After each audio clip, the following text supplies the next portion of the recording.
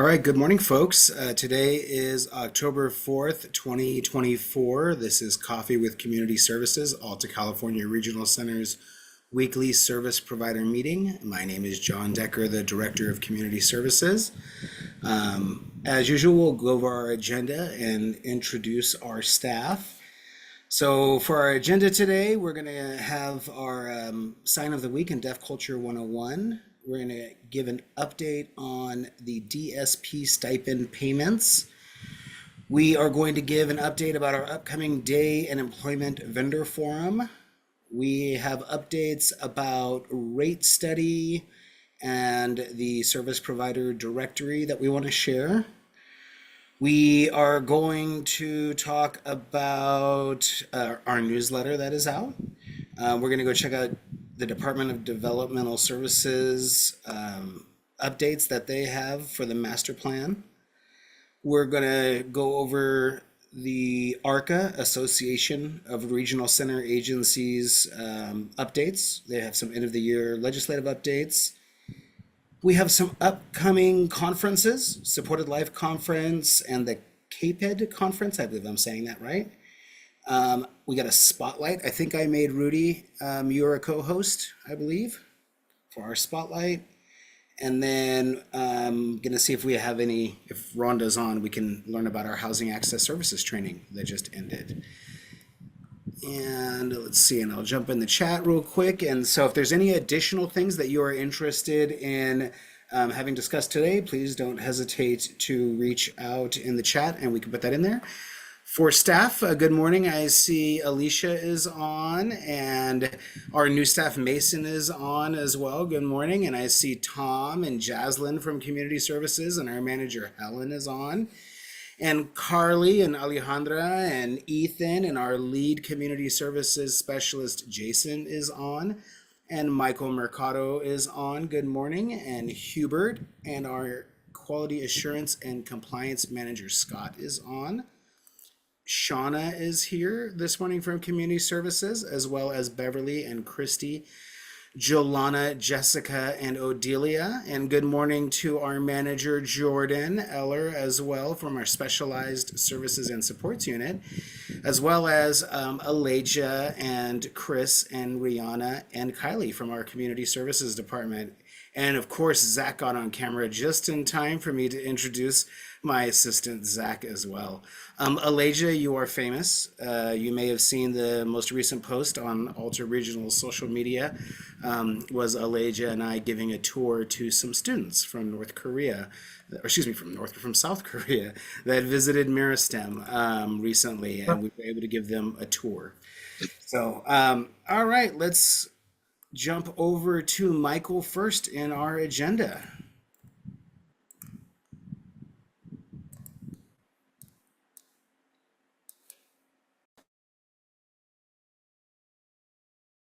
Alrighty, hello, great.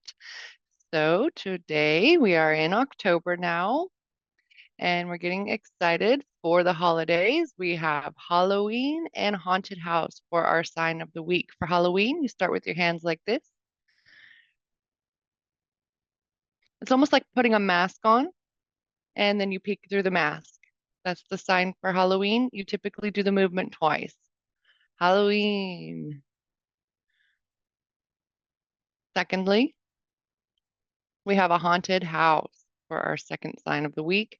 You have your monster claws up like this, and then house, the shape of a house.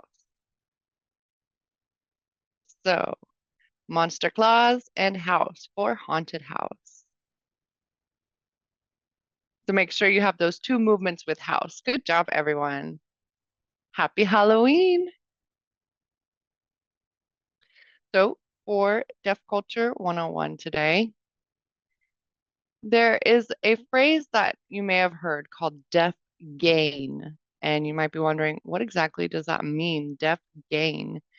It is a term used to shed a more positive light on deaf culture and experience and identity. So the culture, instead of using a negative connotative word to identify deaf folks, it saying deaf is hearing loss, it focuses on limitations.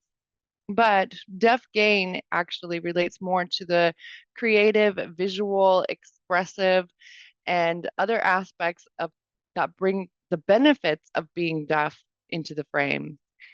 So, for example, deaf gain might look like when you have somebody inside a house and somebody outside a house. Say somebody's mowing the lawn outside and they're busy, and you're inside and you're trying to ask them, "Do you want a drink or something?" You can't yell through the house to say, "Hey, do you want a drink?" But you can sign through the window and say, "Hey, do you want a drink?" And you don't have to yell. And that can be seen and communicated. Also, if you're underwater, maybe scuba diving, you can use sign to communicate. Now, there is a signed code for scuba divers underwater, but it's not sign. You can say more communicative sentences using actual sign language versus the limitations of just scuba code. Also, say you're at a restaurant and you're eating, you can actually use your hands to talk rather than talking with your mouth full. Hearing people typically eat and they say, "Okay, hold on just a minute while I'm trying to chew my food forever and ever," whereas deaf people can eat and sign at the same time. Also, in noisy environments, like maybe a concert or just in an area that has a lot of noise where it's hard to hear and you're having to yell at each other, it's much easier to sign. You can go to the club where it's so loud, you can't hear anything. You want some water, you have to yell it. But if you're signing it, it's much easier to access that communication visually. If you are far away from each other, you can still sign, communicate very clearly. So, for example, maybe you're at a basketball game or a baseball game, and there's a huge line and you want to order something. And you can go in the line and wait. And so, say the person you're ordering for is far away, and maybe you're ordering for them, they ran out of something, but you can sign really quickly across to wherever they are to ask them what they want to add to their order. Also, you can have more private conversations in public. You know, uh, Typically hearing people have to say, "Oh, okay, we can't talk about that right now," because people can overhear the conversation. But in sign language, you can strategically place yourself to have that private conversation without eavesdroppers. Additionally, deaf people have the ability to catch more subtle body language, things that are typically overlooked. So maybe somebody is hungry and you see, like if you're asking, "Are you hungry?" and you'll see that very minor nose twitch that actually indicates yes, rather than waiting for a response. Okay, and then there's also the creative expression. You know, Deaf people are highly skilled at doing storytelling in a 3D environment. Um, so for example, this is me explaining driving a car over like some bumps or on a rough road. Hearing people have to describe that using words, which limit the ability to convey the message, but you can use 3D space to more creatively express what's going on. A lot of people typically look down on deaf people or pity deaf people, but with this term deaf gain, it shifts the frame and adds to the perspective the benefits and pride in being deaf. Thank you.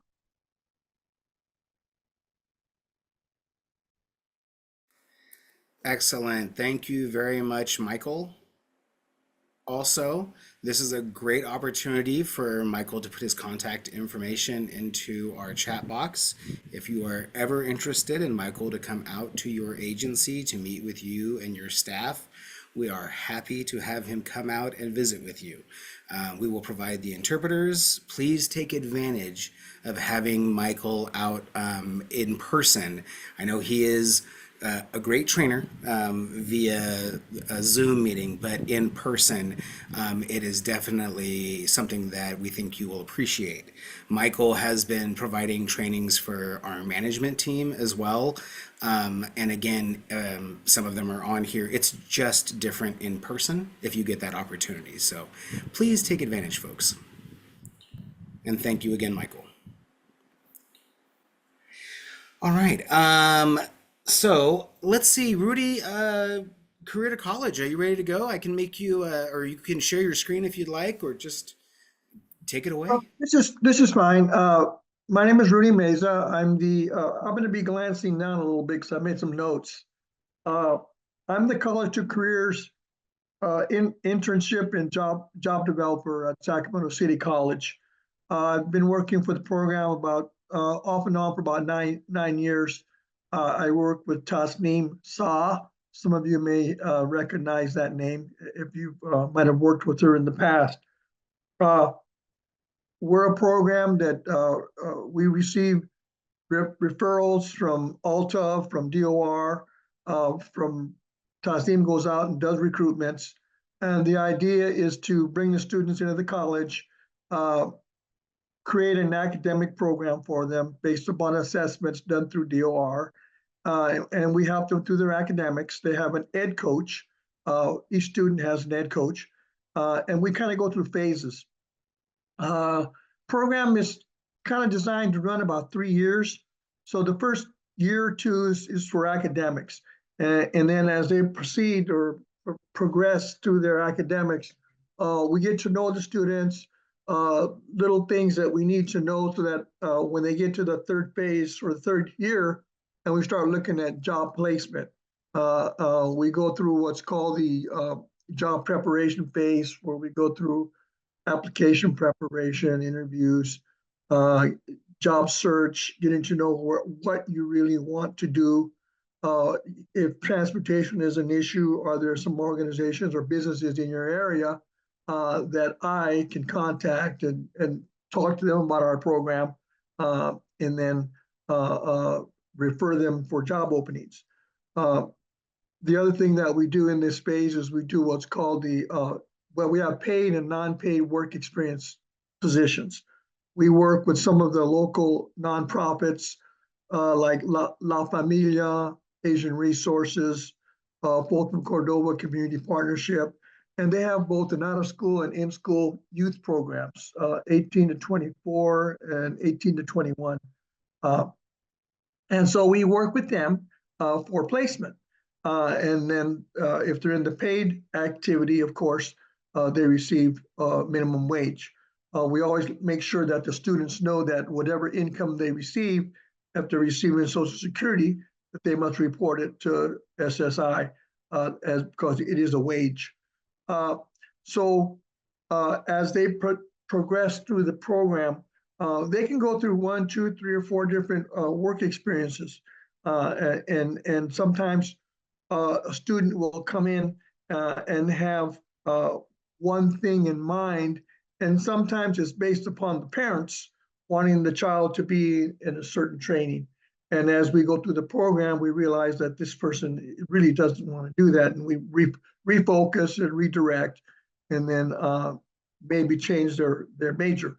But the bottom line is what we try to do is work with the students academically, and then social skills, interview skills, and then place them in the community for employment. The goal is for them to be self-supporting and self-sufficient through their own contributions.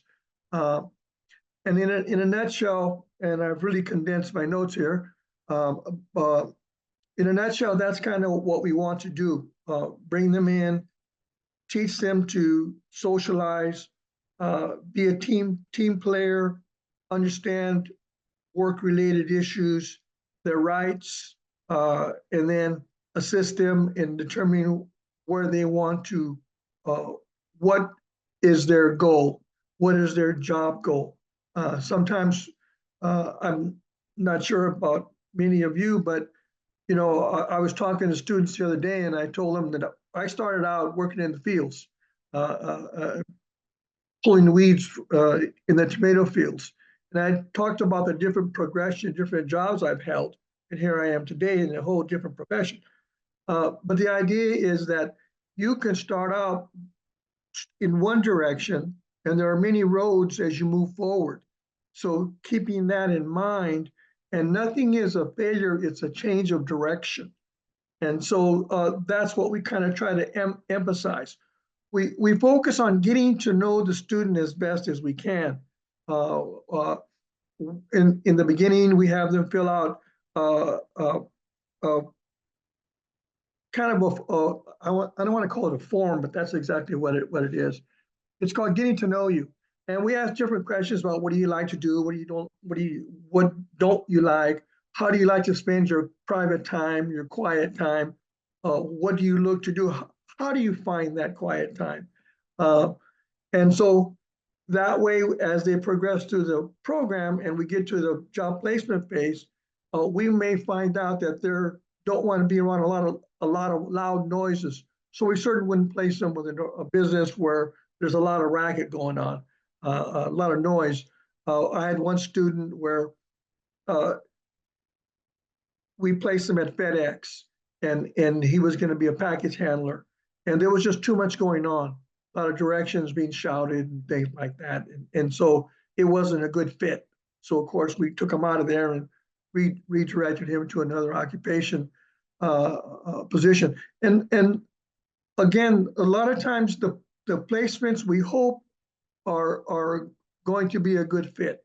But as I said earlier, we all know that sometimes what may appear to be a good fit may come apart as time progresses.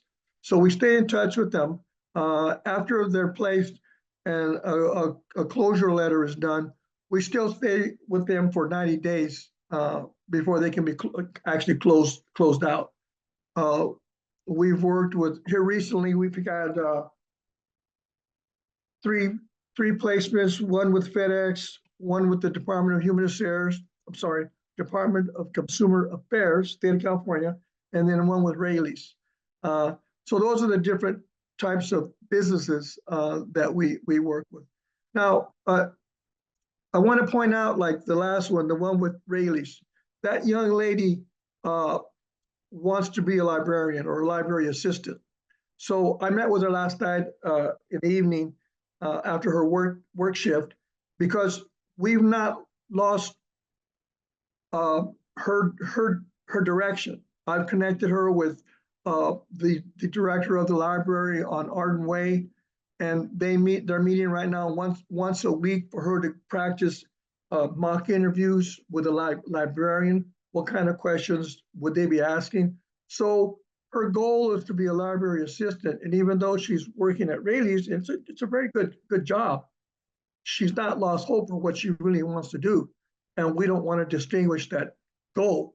So we continue to meet with her and connect her with different people who can assist her in that library type positions. So I want to, again, the follow-up, we go for entry-level positions. We coordinate with DOR, ALTA, and different community organizations to help our students in their, hopefully, their success. So I don't know if there are any questions. I'm sure I stumbled around and. No, it was great. Hey, well, so just real quickly, if you can put your contact information in our chat, Rudy, if you would Sure. not mind it. If there's a website that you wanted to share, you can certainly put that in there too. And then, do folks have any questions right now? Certainly, please don't hesitate to reach out to Rudy directly Yes. via email. If you work for Alta, you have questions about it, please don't hesitate. Any of you other service providers. And thank you, Rudy. The spotlights that we do, I feel like, are very important to be able to get the information out there about all the different types of services and opportunities that are available. And as you can tell, everything that Rudy described really aligns with what we're doing in 2024, right? Trying to really encourage employment opportunities across the different types of fields, encouraging the development of those job skills. And so please reach out to Jason Scantlebury, and he will put his information in the chat if you are interested in doing a spotlight for the future. And Rudy, thank you very much. Really appreciate it. Take care. All right, that's excellent. Let me carry on the good news. So we have, I believe, close to I think it may be our final DSP stipend payment that is going out. Again, you as service providers did an amazing job getting the DSP stipend opportunity out there available for your DSPs. And we are getting ready to cut $995,000 worth of DSP stipend checks on October 9th. And again, that is a testament to you all as service providers that made sure that your DSPs had the opportunity to take advantage of that. So I don't know if I feel like if the department wants to weigh their initiatives, this is something that they should maybe think about doing in the future. Like I think giving service, maybe we won't process it the exact same way that we did. Some of you remember it was a little rough in the beginning. And I know that we may have Raven on here, and she can definitely tell you how rough it was in the beginning when we first started processing them. But with that, though, we would love to be able to provide more of these opportunities to support the workforce. And, in supporting you as service providers, we also want to make sure that we give you really good opportunities to engage with our staff. And so, Carly, we have an event coming up where a number of our service providers are going to be able to engage with our staff at a day in employment vendor forum. Let's see, will I find that on our events calendar if I pop over there? I don't believe it's on there yet, but This is your preview, folks. it will hopefully be up there next week. All right. But I will share my screen, show everyone the flyer. Thank you. So this will be on November 5th at the Alta office on Harvard Street. This is for all day and employment providers to come to our office and set up their table, share information about their services with all of our Alta staff, service coordinators, community services specialists, just connect and share, meet everyone that, you've probably been emailing back and forth with. Great opportunity to share if you're a new provider, if you have new services. We always have new service coordinators who are not familiar with the programs that are available. So really just overall a great opportunity to build those connections. I'll put this flyer in the chat as well as just a direct link to register. But if you would like to go ahead and sign up now, you can take out your phones and sign up with the QR code here. Again, it's November 5th, 10 a.m. to 1 p.m. at the Alta office. Let's see, does anyone have any questions about that upcoming event? I know it's always very well attended and a great way to meet a lot of new service coordinators that we have. And just as Rudy was, explaining about his program, this is an opportunity for you to explain about the services and opportunities that you provide for clients that participate in your programs. Cool. Thank you very much, Carly. So that'll be in the chat. And let me give some rate study updates real quick. So I was trying to go through and see who all we had logged in right now, but I didn't see any of the folks that I was looking for. So we have an update as it relates to the rates. We already shared the rate directive that's coming out that's going to overall describe the rate study implementation. We went over that a couple weeks ago. Some of the highlights or one of the highlights for me at least, was that there's no IPP changes that are going to be required, that they're going to give regional center planning teams a year to be able to get those things updated, and also that service providers will have time as well to get their programs updated for the rate study. We know that we are still waiting for the service code specific directives, and those are the ones that are going to be redefining the service codes that we have, and they are going to be giving us direction on things like how we are going to vendor you specifically. And for some services, there is specific parts of the rate study, like a family home agencies, there's a requirement to pay a certain percentage of the rate increase to the host homes. So we're still awaiting those to come out. The department did reach out to us. We've been testing the transportation directive information. We recently, actually yesterday, reached out to 3 more providers. That's why I was seeing if Maisha was on here from A&E or Hanif or Tony, but we expanded the testing a little bit of the worksheets for the rate study, and so we've got some of our providers that are testing it right now.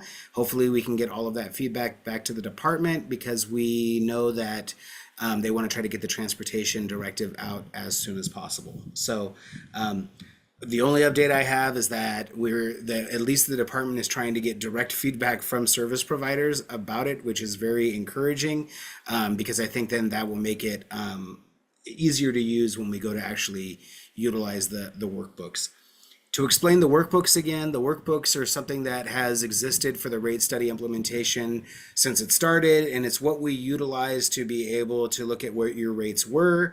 And then as there has been successive rate increases that have gone on, this is the workbooks of what we've utilized to do the unbundling activities or the bundling activities, and then also determine whether or not there's going to be a rate increase or whether or not there is going to be a hold harmless in place through 2026. We've been updating you that we're still awaiting the department completing the workbooks, because they're going to be adding the new minimum wage calculations effective for January. So the only update that I can give is that we've received our login credentials from the department, but there's still no workbooks. So we're still waiting for the workbooks to be posted. Staff, I know at least one thing that, the department has given us some leeway with the last directive to be able to implement things like changes to program designs and rate changes and things like that. So some of the worry and concern about the lateness in the calendar year that we are receiving all of this, I'm a little less concerned about that, but we certainly know that there will be a number of activities that will need to be done in order for us to complete the workbooks and ensure that everyone gets their updated rates for January 1.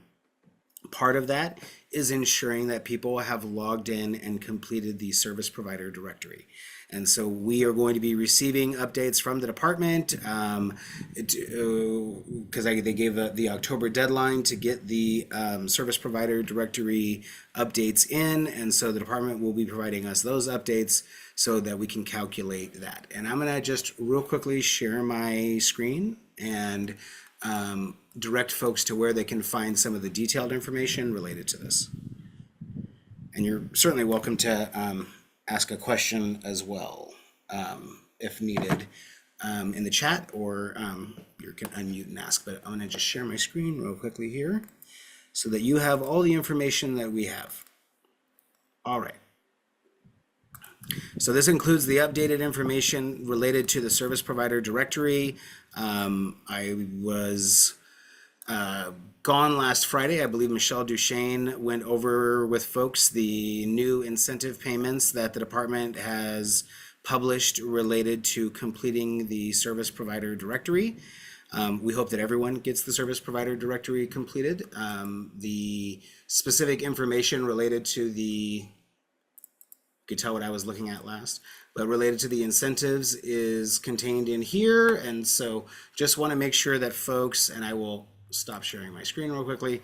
I'm just going to drop that in the chat real quick if folks want to be able to navigate over to DDS's directives that outline the most updated information that the Regional Center has for rate reform. So that is kind of where we're at right now. Again, work is still going on in finalizing rate study implementation for the directives and for the some of the rate calculations, well, the worksheets for transportation. And as to the service provider directory, please participate in it. Ensure that you guys are receiving your quality incentive payments.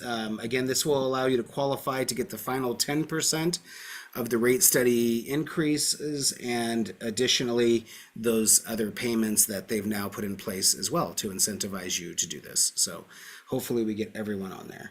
Any questions about rate study implementation? Any questions about the service provider directory? Andrea?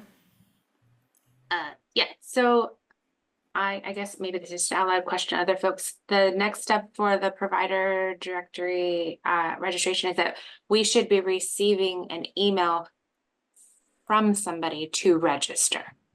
Okay, because I have not received it yet, and I might just be extra alert. So Let's do it right now in the chat. Who's received it yet? We heard this week from folks that they hadn't. Pride Industries let us know they had not, I think, this week. So That makes me feel better. that seems like the consensus then is that, um, yeah. All right. Let's see. I just want to jump in the chat and see if there's anyone, yeah. So yeah, no one's gotten it yet. It doesn't look like it. Well, I appreciate that the department puts the timeframes at least out there. I know we're not quite adhering to them, but we at least know what the next steps are.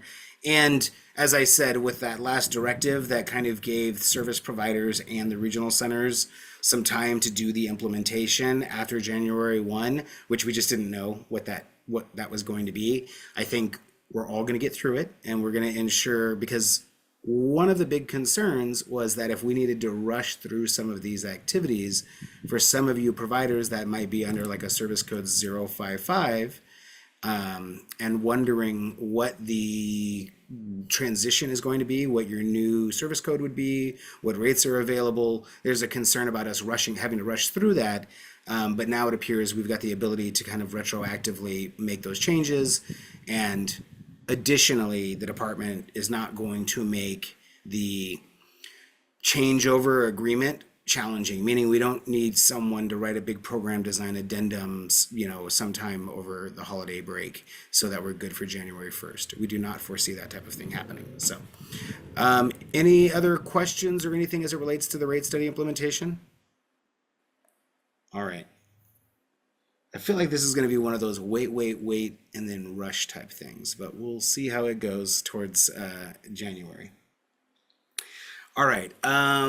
I want to go over to our events calendar real quickly and just highlight it for folks. I know we always have people that are new that are attending this meeting, and so I'm going to go ahead and share my screen real quickly and just taking a look at some upcoming events. And for those of you, again, that are new, this is Alta's website, and you can see how you can kind of navigate here. And on the bottom, if you want to receive email updates from the regional center, please make sure that you put your information in here, put down that you're a service provider, and then when we send out service provider specific information, you will be able to get that.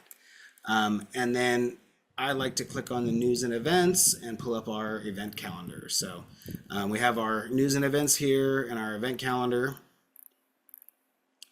Let's see. So you can see some of the upcoming events. We've got our Provider Advisory Committee meeting coming up on October 10th. I'm going to glance over some legislative update kind of information, but I'm going to save that for you guys in your PAC meeting next week, because you guys like to get into that stuff kind of in depth in there. So we'll save it for that. You can see we have some upcoming vendor forums listed on here. We have the Auburn Big Time Powwow coming up.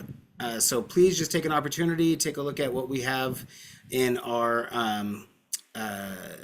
calendar. I see we have the HCBS vendor forum. Any of our HCBS folks want to chime in and just kind of share with folks what the HCBS vendor forum is?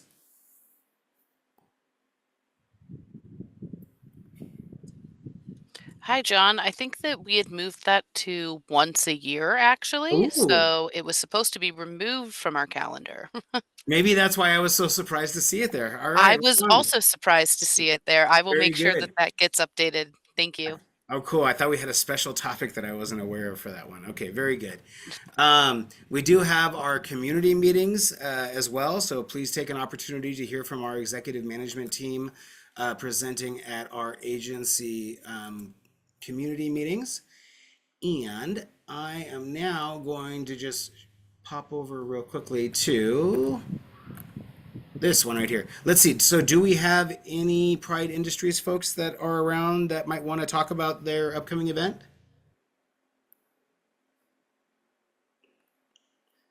All right. Then our adopted Pride Industries person, Carly. So next Wednesday, 11 a.m. to 3 p.m., Pride Industries is having their second annual I Am Able Disability Job Fair. This is a job fair specifically for individuals with disabilities. Every employer there will be there with the purpose of hiring employees with disabilities. They do ask that you register in advance. It'll just make everything go so much quicker and easier. But you can just show up and register on site. They have, I think they said there's going to be 30, more than 30 companies. They have some of those listed right there. If any of you went last year, it was a huge event. It was at McClellan. They expected maybe like 200 people. I think more than 600 showed up. So this year it's downtown at the Safe Credit Union Convention Center. They'll have on-site support with resumes, interviews, job applications, all of that. I'll be there as well at a table for Alta. Department of Rehabilitation will be there. I believe a few other community partners will be there as well to provide resources. So I'm sure if any indication of last year, this will be a great event, huge, full of great opportunities for the clients that we support. Very cool. Thank you very much, Carly. Want to encourage anyone that knows any individuals that might be looking for work to please have them go over there and get themselves a job. I want to keep sharing things, and I'll drop this one in the chat as well. This is the update from the Association of Regional Center Agencies. And maybe I will drop it in the chat, maybe I won't. Oh, there we go. And so a few things. This is an introduction. Roxy Ortiz has been brought on as the new Government Affairs Director at the Association of Regional Center Agencies. So some folks had worked for years with Daniel Savino over at the Association of Regional Center Agencies, and Daniel has gone over to the Department of State Hospitals. And so Roxy, who some of us have worked with in the past, is going to be joining ARCA. And for us, we think that legislative involvement is extremely important. And so having a powerful voice here at the Capitol to represent the regional centers and our clients and all of our shared interests with our service providers, very important to us. Additionally, in here, if some of you may be participating in the work groups for the Master Plan for Developmental Services, you can continue to attend those Master Plan work groups. And again, they have a goal of March of 2025 to have the Master Plan for Developmental Services put together. And also, yesterday, I don't know if anyone went, but they did an anniversary event for Disability Rights California. And so they had offices all over California. Disability Rights has been and OCRA great partners. And so I'm glad to hear, and congratulations to them on their 25th anniversary. Again, ARCA gave an update, and it's in your chat, on some of their legislative priorities and what was the kind of response for all of their priorities to the governor and his vetoes. I think a good summary, because it came out at the end of the fiscal year, the end of the fiscal year. It came out at the end of the month when the governor signs all his bills, is he did do a summary of what was signed. And again, I think these are things that I'm sure there will be further discussions about at our PAC meeting next week. But one of them is the AB 1147, which is one that was a carryover from last year as well. Which was signed. It does reference our AB 3291 that we were so supportive of as one of the additional bills signed by the governor to support individuals with developmental services this year. And I'm going to just drop in the chat real quickly if you would like the link to what the governor signed. And again, we have our Provider Advisory Committee meeting, which is next Thursday at 9:30 a.m. at Alta. And there is also a Teams, I think we do Zoom for that one, login available as well for those that are interested. I would assume there's going to be a little bit more in-depth discussion about some of the upcoming law changes and the impacts. I believe one of the ones that got passed, and I'll look to anyone on my first page that's a service provider, I hope you know this answer, is the one about publishing the rates updates, right? That right, Andrea? So that one is that every 2 years, it's not saying that the state is committing to updating the rates every 2 years, but I think providers really wanted it to be public what the disparity may be between what the actual, so in essence, freshening up and updating the rate study every couple years, and putting that in there. So I saw that that was one of the ones that moved forward as well. Oh, did you put something in the chat too? Oh, thank you. Thank you. Lindsay's got the information in there for the Provider Advisory Committee. If you're a service provider, you're a new service provider, or if you're a service provider that thinks like, oh, there's not a lot of other service providers like me that are at Coffee with Community Services or that are at the Provider Advisory Committee meeting. We want all service providers across the different types of services that we offer to attend and participate in the Provider Advisory Committee meeting, so that there's really good representation of all of you. And so that meeting again is next Thursday. That information is there. And okay, so AB 2423, so you guys now have the citation, you guys can look that one up. So the bill would also require the department to post the updated rate models to its internet website no later than January 1st of the following year. So again, I think that was a successful advocacy part, probably on behalf of service providers and service provider groups. And so excellent. It's good to have the information out there. All right. I want to, let's see here. I want to go over and just do a little plug, because that's what we do as well around here, for the Supported Life Conference. This year, oh, I would love to put Angel on the spot if she's still logged into this meeting, because she just gave an update yesterday about this to another group that we had. But oh, she unmuted. Perfect. So Sierra College is the keynote basically for this conference, is the president, and talking about all the amazing work that they have been doing over there. We started things off with our employment grant, and things just kind of have taken off. Angel, are you available to talk a little bit about kind of what Sierra College has planned for Supported Life Conference? Sure. I want to give it up to the other keynote. So Willie, our president, is one of 4 keynotes. Right. And so he's going to be speaking on the 17th, October 17th. I think if anybody wants to register, I think they're still taking registrations. Yeah. And so Willie, our president, is going to be talking about, his big idea. For those that don't know, Willie was president at Taft College when the Taft-Till model had already been going for several years, and he, did a lot of innovative things there when he oversaw that program. And when he came to Sierra College, he really wanted to start a program similar here. And so finally, I think he's been here for several years, probably more than several years. We're doing it. And so the life program at Sierra College started officially August 1st.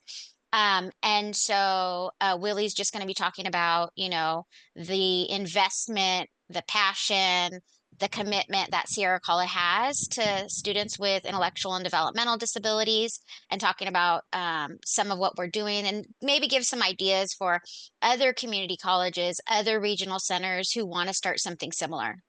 We're also going to do a breakout session. So you'll see there on Thursday, October 17th, session 1A, the Sierra College Life Program, the student experience. And so the beginning of that session, breakout session, will be Willie, our president, Bobby Gosal, who's the Dean of Student Services, Amy Schultz, I can't remember her new title, but she does all the workforce development stuff for the college.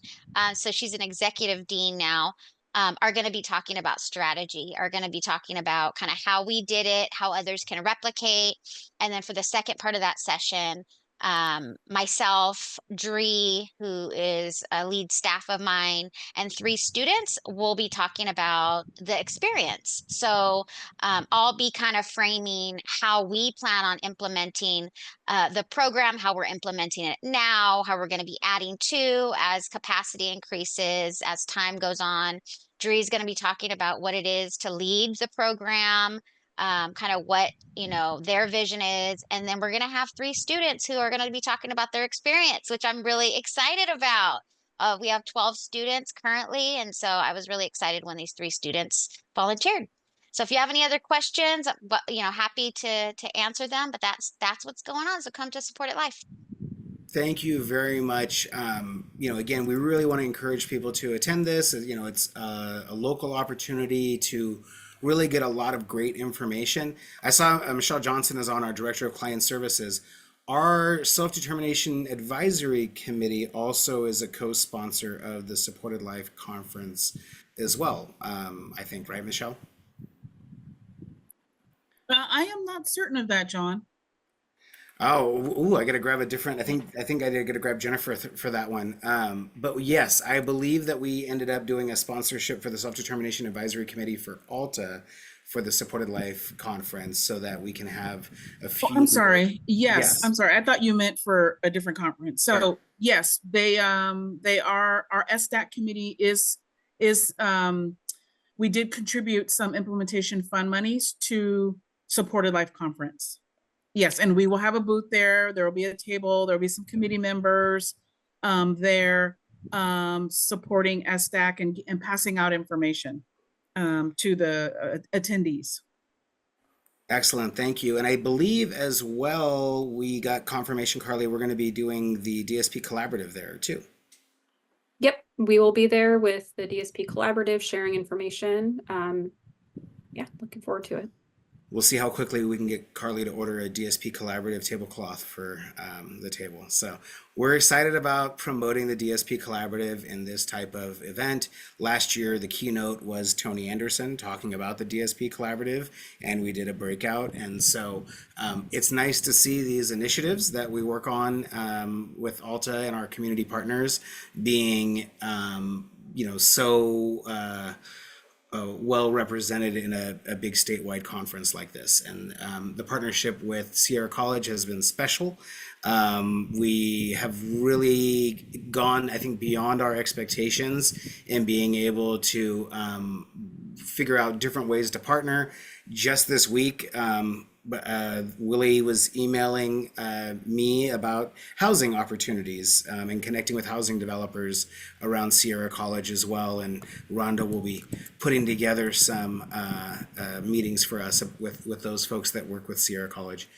I would also just want to share that we are going to be, there's a keynote as well with Diva Johnson, who's the Associate Executive Director for Tri-Counties Regional Center, and she'll be talking about the animation project that they worked on for the HCBS final rule.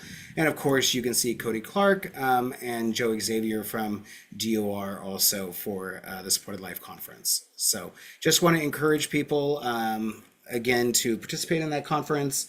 And as you heard Angel say, it is still available for registration. Also, Rhonda, we had an opportunity. It sounds like we had quite a training that occurred about an hour ago. It sounds like we did a kind of an introduction to housing access services. Is that what it was? Yeah, we put together a presentation Ruth had put together and presented to the executive team quite some months ago, actually, but they've been very busy, so it took quite a while to get it on the books, honestly, to be able to present that to service coordinators. And we actually had a huge attendance. There was 87 people in attendance, just explaining what the service was, what they do, how it is different than ILS services, and just kind of explaining what that support looks like, how they might make referrals to other services or supports that the clients might need. Lots of questions from service coordinators. So it was a good interaction, and I think it was really informative. So far, there's been a lot of good feedback that people were not even aware that the service existed, and so they just kind of had their minds blown a little bit.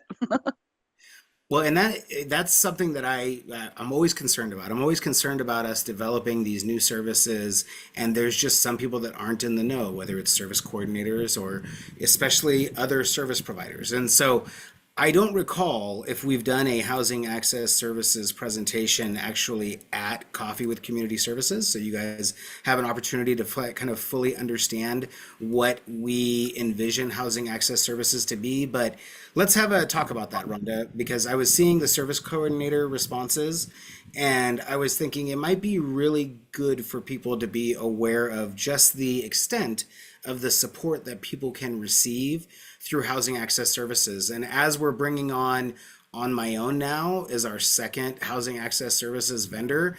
I want like as many people as possible to understand that these services are going to be out here, and we're gonna, want to take advantage of helping people get in their affordable housing, but also helping people maintain in their affordable housing. So yeah, it was pretty cool. I saw all of the comments from the service coordinators that attended, and I appreciate you taking a time to do that and informing all of them of the service.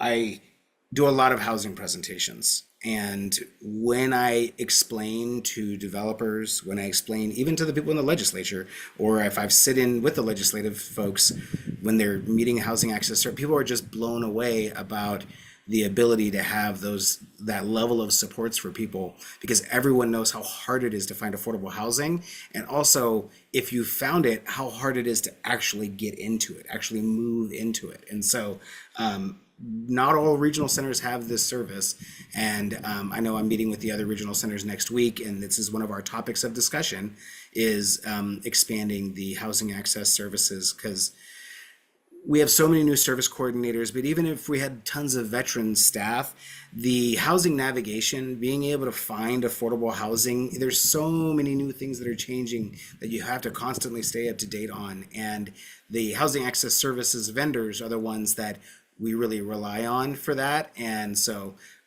again, we'll look at making that available here for everyone as well.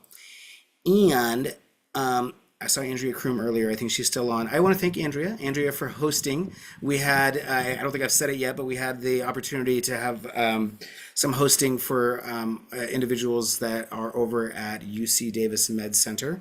And so Andrea was able to take us out, and we had, let's see, we had staffers from the Assembly, and we had staffers from the State Senate, and we had also Senate Budget Office and legislative staff, a legislative analyst office that came out.